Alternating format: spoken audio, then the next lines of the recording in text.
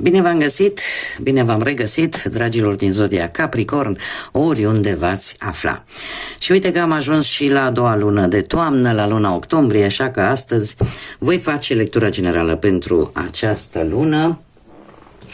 Așa că toți cei care aveți Soarele, Luna, Venus, Ascendentul sau oricare alt aspect astral important pentru voi din harta voastră natală și care are legătură cu Zodia Capricorn, această lectură este de asemenea și pentru voi.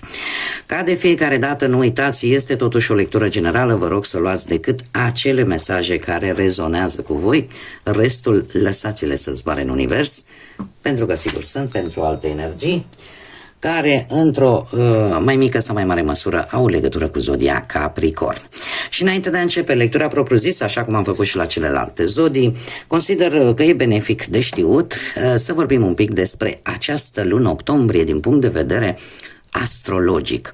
Este o lună care vine așa cum o idee, să zicem, un pic mai calmă, da? Ea vine cu o energie foarte intensă, mai ales pe partea asta de comunicare, dar nu este atât de ostilă, să zicem, sau atât de zgomotoasă cum a fost luna lui septembrie, în care am avut parte de destul de multe evenimente astrologice care și-au făcut simțită prezența prin tot ceea ce am trăit de-a lungul său. Da, am avut niște eclipse importante, da, de lună, de soare. Acum, revenind la luna noastră. Luna noastră începe cu un Mercur în Scorpion. Este, cred că, cel mai important aspect din punctul meu de vedere. De ce? Pentru că ne afectează pe partea comunicării. Nu mai este loc de comunicări de-astea fără claritate, fără o bază, da? Comunicarea asta haotică nu mai are ce căuta în această lună. Acest Mercur în Scorpion ne spune foarte clar, da, Scorpionul își lasă amprenta și spune foarte clar să reflexionăm mult mai bine atunci când scoatem ceva pe gură, da? Când scoatem un cuvânt, se cere foarte multă claritate în general în comunicarea cu ceilalți și foarte multă răbdare. Da? Dialogul trebuie să fie mult mai profund, mult mai transformator și în felul ăsta se pot evita neînțelegerile și conflictele, tensiunile. Da? Este un aspect tare important și care își va pune amprenta pe toată perioada lui octombrie. De asemenea, mai avem pe 7 octombrie avem o lună plină în Berbec, care de asemenea spune în felul următor: apare dorința de lucruri noi, apare dorința de a ne manifesta, de a spune ceea ce simțim, de a spune ceea ce ne dorim, de a ne spune punctul de vedere, de a ne manifesta credințele, dar într-o modalitate inteligentă. Da? Adică o facem, de asta am spus că octombrie este el, nu prea este el zgomotos așa în aspecte astrale, dar vine cu această energie intensă, dar nu ostilă. Da? Mergem mai departe și așa dintre aspectele pozitive care le-am extras eu așa cât m-am interesat, avem pe Marte. Marte este protagonista, spune. De ce? Pentru că formează trigon cu mai multe planete, printre care avem un Marte care e în trigon cu Jupiter. Lucrul ăsta aduce o influență tare pozitivă, cum să spun, o puternică încredere în noi înșine și în ceea ce putem noi să facem, în abilitățile noastre, în așa fel încât dezvoltă oarecum o gândire mult mai strategică și mai ales la voi, mult mai strategică, în așa fel încât să putem soluționa probleme destul de complexe. Mai avem de asemenea un trigon între Marte și Saturn de data aceasta, da, vine Marte plin de energie, plin de dinamism, plin de acțiune și curaj, pe lângă Saturn care e mult mai structurat, este care vine cu lucruri, cum să spune, cu ce trebuie să învățăm, dar sunt armonioase. Aceste două planete formând un trigon sunt foarte armonioase și în felul ăsta suntem mult mai determinați, cu mai multă răbdare, cu mai multă organizare și putem duce la bun sfârșit destul de multe situații complicate. Sunt mari șanse pentru cei care vor să pună bazele unor planuri, unor proiecte, dar atâta timp cât ele sunt realiste și foarte clare. Mai putem vorbi și de un Marte care formează un trigon, de data aceasta cu nodul nord. Formează un trigon cu nodul nord, asta ce înseamnă că e un aspect astral favorabil. De ce? Pentru că, în primul rând, crește abilitatea asta, da? Crește acțiunea, energia, curajul și în felul ăsta, fiind cu nodul nord, se aliniază cumva pe axa destinului nostru la fiecare dintre noi. Ei cumva încearcă să ne pună pe linia de plutire, să ne pună exact acolo unde noi trebuie să ajungem. Acum, octombrie nu este foarte plin în evenimente astrale, mai ales că sunt foarte multe planete retrograd, dar totuși avem și niște aspecte astrale care o să ne pună așa, o să ne mai bage un pic bețe în roate. Avem o conjuncție tot între Marte și Lilith, care vine undeva pe 26 octombrie și care aduce cu sine necesitatea poate de a răbufni, de a scoate din interiorul nostru tot ce e negativ, că e ură, că e furie, că e toată acea energie negativă pe care tot am strâns-o de-a lungul timpului. Desigur, ținând cont și de celelalte aspecte astrale, lucrul acesta poate îl putem face, dar într-o manieră, cum am mai spus, inteligentă, asertivă. Mai avem și o quadratură între Jupiter și Chiron, un alt aspect astral care mie mi s-a părut destul de interesant, tot cred că undeva pe 23 octombrie, care de asemenea poate crea un conflict interior. Un conflict interior între beneficul Jupiter, care ne îndeamnă să fim expansivi, să creștem, să ne dezvoltăm, și Chiron, care vine și spune, știi, nu poți începe ceva, nu te poți, nu poți merge înainte dacă nu rezolvi cu tare lucru. E posibil ca după această perioadă să apară tot felul de situații pe care noi le-am tot amânat, pe care noi nu le-am rezolvat sau unde noi nu am reușit să vindecăm anumite răni. Și ele cumva revin, e invitația Universului care îți spune, știi, astea deja nu le mai poți amâna, astea trebuie rezolvate sau astea trebuie vindecate. Așa că, ce ar mai fi de spus, Pluton a tot venit, a tot ieșit, dar tot învărsător rămâne el până peste vreo 20 de ani.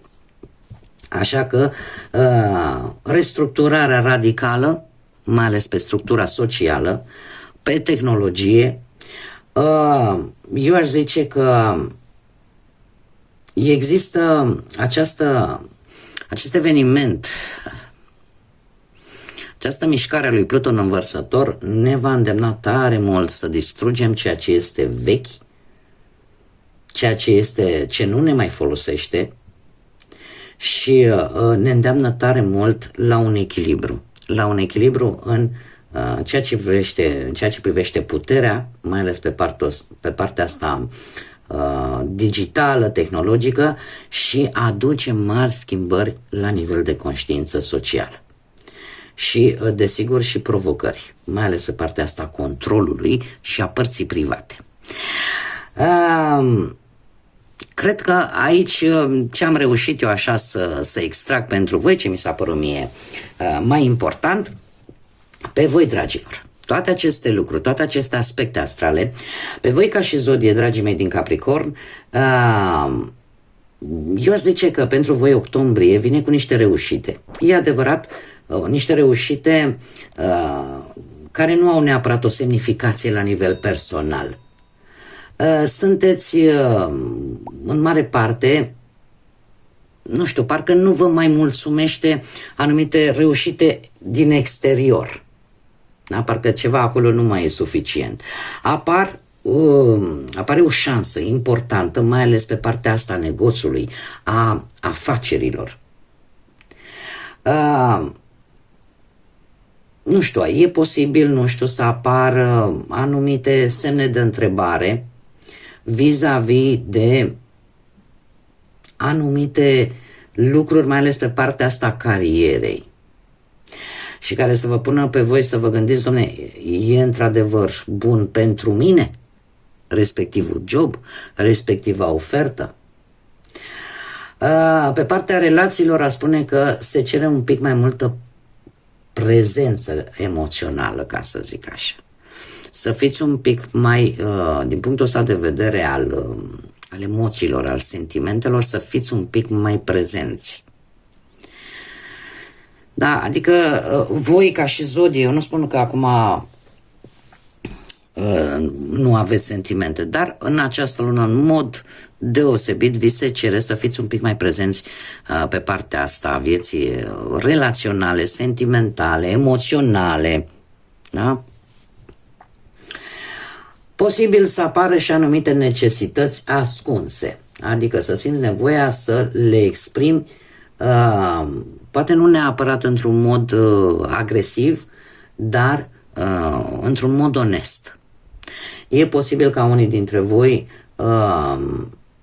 să vă lipsească ceva pe care poate ați aștepta ca ceilalți să-și dea seama. Este un moment bun în care să spuneți de fapt ceea ce vă doriți, indiferent de ambitul vieții, de orice ambit al vieții putem vorbi, dar nu prin conflict. Să o faceți onest, cinstit, dar să o faceți, cum am mai spus, asertiv. Cred că cumva cheia acestei luni octombrie este de a face lucrurile corect, de a le face cu onestitate, dar de a le face cumva non-agresiv. Da? Energia este una, așa cum am văzut, foarte intensă, dar cum am mai spus și cred că m-am și repetat, dar îmi place să mă repet pentru că asta este ideea de bază, fără ostilitate. Bun, dragilor, haideți să vedem acum ce ne spun și cărțile. Am văzut ce ne-a spus astrologia, haideți să vedem ce ne spun cărțile. Știți bine că cei care mă urmăriți de ceva vreme, am ales câte o carte pentru fiecare săptămână întreagă din luna octombrie. Să vedem așa în mare parte cam care sunt evenimentele importante care pot veni în viața voastră. Și uite că avem, romantismul este în aer, iubirea este în aer, încă din prima săptămână. Apare ceva care vă încântă, apare ceva care, tocmai ce am văzut, că ar trebui să fiți un pic mai prezenți din punct de vedere emoțional, se pare că aveți ocazia să o faceți încă din prima săptămână. Dar ce frumos, deci avem un trandafir, avem pe urmă o inimă în a doua săptămână. Se pare că prima jumătate din octombrie pentru voi este vorba de foarte multă iubire, foarte multă afecțiune, foarte multă grijă. Ceea ce nu este rău. Cea de-a treia săptămână avem vulturul. Aveți senzația că cineva vă vânează, că cineva e cu ochii pe voi și asta vă dă o ușoară stare de anxietate, așa, de nopți nedormite, de o ușoară depresie. E ca și cum să-i face griji, dom'le, cineva are ceva împotriva mea. Ai tu vreun motiv, probabil, să gândești aceste lucruri, iar în a treia săptămână, cumva, lucrul ăsta se amplifică. Și, într-adevăr, se pare că un pic de adevăr există acolo, pentru că în a patra săptămână ești nemulțumit de ceva anume din viața ta. Ești nemulțumit de ceva anume din viața ta și eu aș spune că e posibil să se spargă așa o relație, poate chiar de prietenie sau pur și simplu în drumul vieții tale vine o nemulțumire. Vine o nemulțumire care nu te împiedică, mare atenție, nu te împiedică să-ți continui drumul. Da, tu mergi înainte, indiferent cum. Dar vine cu această stare de dezamăgire, de nemulțumire. Mergem mai departe și haideți să vedem ce ne spune și tarotul. Ce vine pentru dragii mei din Capricorn în luna lui octombrie, atât pe plan profesional, financiar sau sentimental. Și să vedem ce ne spune acest tarot de bufnițe înțelepte. Haideți să vedem. Pe plan profesional, nu știu dacă primiți un ajutor și dacă zodiile de apă au vreo relevanță pentru voi, Rac, Pești sau Scorpion, cert este că, într-adevăr, îți vine o ofertă tare bună, poate de muncă, doar că există și o părere de rău. E ca și cum mai spune, nu știu, dacă pleci de la un job unde te-ai obișnuit, unde ți-ai făcut ca o familie, da? Și apare acest regret. Dar, din câte văd eu aici, cumva lucrurile se îmbunătățesc. Da? Lucrurile se îmbunătățesc, iar această ofertă nu este una de lepădat, este strict pe muncă, da? Asul de bâtă ne vorbește în mod special de muncă. Este o ofertă care îți poate crea o viziune cu totul nouă, foarte promițătoare, ceva nou, foarte pozitiv și care poate semnifica pe termen scurt un mare succes pentru tine. Doar că ceva aici îți aduce un pic de tristețe, ceea ce eu aș zice că ori este, și aici mare atenție că avem două variante, ori apare o tristețe vis-a-vis de, nu știu, odată ce acceptăm o anumită ofertă, e posibil să apară această tristețe, aia poate se află în altă zonă, în alt loc. Voi nu sunteți oarecum, cum să zic eu, voi ca și zodie, ca și energie, sunteți destul de stabili din punctul ăsta, nu prea vă place așa să vă mutați de colo încoace, cum ar veni. Da? Acum, e posibil și acest lucru, să apară o mică tristețe pentru faptul că trebuie să se facă această mutare. Dar avem a doua variantă. Pentru cei care aveți poate un ascendent într-o zodie de apă, Rac, Pești sau Scorpion, ei, dragilor, voi aici aș zice că veți lua o decizie relaționată cu munca destul de echilibrată. Destul de echilibrată și lucrul ăsta e posibil să, cum să spun eu, să-ți construiască într-un fel sau altul ceva foarte promițător pe partea asta a muncii. Dar avem un 5 de cupe pentru această situație, care îmi spune că e posibil să apară această ofertă sau această idee pe care voi v-ați făcut-o sau această decizie să vină la pachet și cu anumite întârzieri. Ori că, nu știu, cei care lucrați pe ore, să nu vă iasă orele cum trebuie, da? Să se fi pierdut ceva din ore. Sau, pur și simplu, aveți o teamă că o anumită promisiune se poate anula. Cineva a promis poate un job. Și haideți să vedem dacă, ca să eliberăm, cer scuze, aceasta, dragilor, nu se anulează niciun fel de promisiune, am un 10 de monede, deci nu se anulează, există într-adevăr această teamă ca cineva să nu se țină de cuvânt. Da? Dar, din câte văd aici, nu. Într-adevăr, se vor mișca lucrurile, să zicem, un pic mai greuți, dar asta nu înseamnă că se va și anula. Așa că mie mi-apare progres. Dar cu schimbare de loc. Schimbare de loc pentru unii dintre voi. Într-adevăr, vine cu îmbunătățiri materiale, așa că nu trebuie să fiți dezamăgiți. E posibil ca jobul să fie chiar mai bun decât cel anterior. Dar eu tind să cred, intuiția îmi spune că e vorba de o tristețe, de faptul că trebuie să te desparți de ceva cu care te-ai obișnuit destul de multă vreme pentru a începe ceva nou. Haideți să vedem acum și pe partea banilor. Pe partea banilor avem zodia Vărsător și Berbec. Și sunt 3 arcane majore, dragilor. 3, nu 1, nu 2, 3. Asta îmi spune că lucruri importante se vor întâmpla pe partea asta financiară de-a lungul lui octombrie. Pe partea banilor aș spune că, nu știu, ori că vine o moștenire, ori că ai tu vreun proces, ceva legal, dar lucrurile ies, cum să zic eu, parcă ies pe inima și sufletul tău, din punctul ăsta de vedere financiar.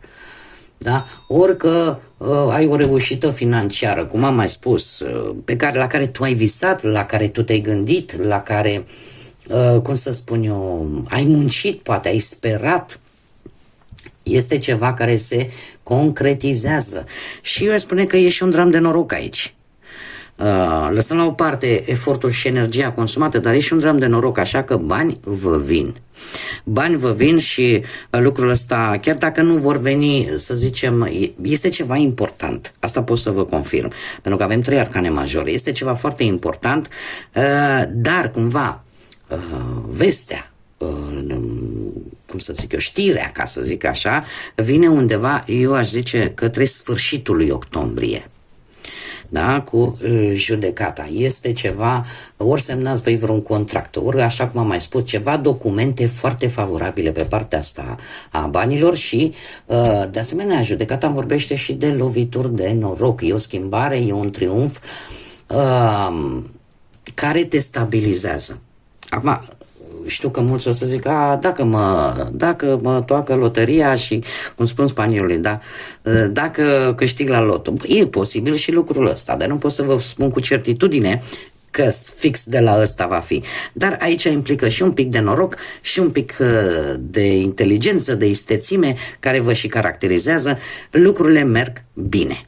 Lucrurile merg bine și o situație financiară importantă pentru voi își va găsi o rezolvare bună.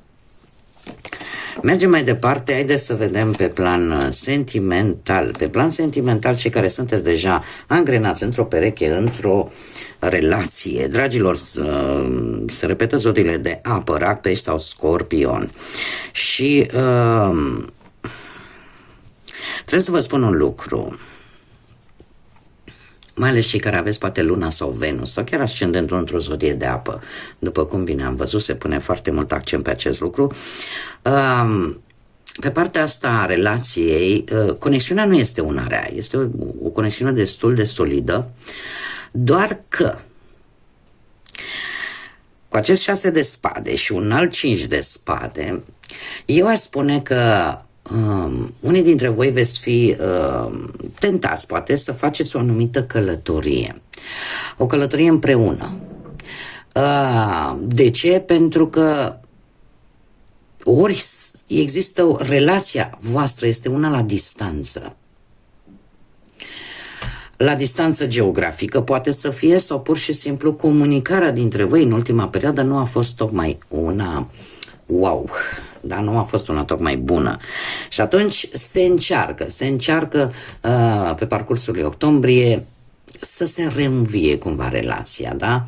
Și de ce? Pentru că e posibil să fie avut parte în ultima vreme de o tranziție destul de dură, de o schimbare destul de dură care cumva cere acel timp de acomodare. E posibil ca unii dintre voi să fi trecut printr-o tristețe din cauza separării, dar, cum am mai spus, e vorba și de o separare geografică, nu neapărat de o lipsă de comunicare între voi. Ce mă intrigă pe mine este faptul că avem acest 5 de spade. Un 5 de spade care, eu aș zice că vine foarte mult mai mult din orgolii. Din orgolii și dintr-o mândrie un pic exagerată. Acum eu nu pot să spun, dom'le, e de la voi, că nu sunt eu. Cine sunt eu să judec aceste lucruri? Poate să fie și de la unul și de la celălalt. Acum, nu există om fără defecte. Cert este că aceste orgolii, aceste lucruri, e o competiție probabil între voi, poate aduce anumite dezacorduri, poate aduce anumite conflicte inevitabile. De ce? Pentru că există, nu știu, poate din gelozie, în mare parte ele apar, aceste discuții. Este cartea care mie îmi place cel mai puțin, vă spun sincer. De ce? Mi se pare, ea n-are nicio vină cartea, mai degrabă semnificația ei, dar nu pentru că e greșită, nu, nici pe departe. Dar cred că mai când vine să spun tot în spaniolă, simbolistica, îmi cer scuze, în spaniolă e simbolohia. Deci simbolistica acestei cărți este un aspect al vieții care mie, sinceră să fiu, nu îmi place. De ce? Pentru că atunci când două persoane, din cauza orgolilor, din cauza geloziei, poate, ajung să se certe, și în care niciunul, sunt două pietre tari, la un moment dat unul lasă de la el, dar asta nu înseamnă că situația s-a rezolvat. Nu, ea rămâne în suspans. Este cartea care exprimă ideea nimeni nu câștigă, toată lumea are de pierdut. Pentru că pierzi energie, pierzi timp, dar pierzi și sentimente.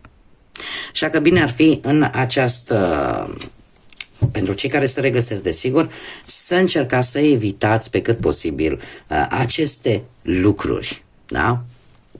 Oricum, din câte am văzut, cel puțin din câte am văzut la voi, se cere mai multă prezență emoțională în această lună. Haideți să vedem și cei care sunteți singurei. Cei care sunteți singurei. Hei. Dragilor, voi trebuie să vă spun că luna lui octombrie nu este o lună extraordinar de favorabilă pentru voi în ceea ce privește viața sentimentală. De ce? Posibil ca încă de la începutul lunii să fiți puși în situația de, poate de a alege, vedeți voi că aveți ceva opțiuni, dar problema este alta. Există aici anumite răni. Anumite răni nevindecate în interiorul vostru, la nivel emoțional, sentimental, care nu vor face altceva decât să nu vă ajută, de fapt. Nu vă ajută poate să vă apropiați mai mult de cineva sau nu vă ajută să luați anumite decizii înțelepte. E adevărat, avem Marea Preoteasă aici care te îndeamnă la înțelepciune, te îndeamnă la să gândești lucrurile înainte de a le rosti. Sau, paradoxal, împărăteasa este renumită în tarot pentru faptul că știe foarte multe, dar nu scoate în evidență decât ceea ce este necesar. Da? Își folosește această abilitate de a ține pentru sine învățăminte înțelepte și scoate la exterior decât strictul necesar. La voi această situație pe care o văd eu aici, tind să cred că ceea ce voi țineți în interiorul vostru vă va împiedica să vedeți realitatea fix așa cum este ea. Și aici mă repet, aici se vede cel mai clar această quadratură între Jupiter și Chiron. Pentru că la voi sunteți magnetici, voi atrageți, dragilor. Adică nu e ca și cum ai zice, domne, eu nu atrag pe nimeni. Nu e vorba de că nu există magnetism sau că nu există șanse. Nu, ele sunt. Dar vor veni situații în mintea voastră, da? Răni din trecutul vostru care veți vrea, nu veți vrea, voi va trebui să le vindecați. Acest 8 de spade îmi confirmă acest lucru, faptul că voi încă vă învârtiți într-un cerc negativ, de gânduri negative. De ce? E ceva acolo care trebuie reparat în interiorul vostru. Nimeni nu o poate repara ce este în interiorul tău dacă tu nu începi să o faci primul sau prima. Paradoxal, acest 8 de spade, ca și planetă, îl are tot pe Jupiter. Tot pe Jupiter, așa că îndemnul tarotului cam ăsta ar fi. Profitați de acest aspect, cel puțin astral, care ne ajută într-un fel sau altul să închidem anumite capitole, să le închidem sănătos, tocmai pentru a ne construi o bază cât mai solidă. Haideți să vedem acum. Haideți să vedem acum 2 secunde. 2 secunde că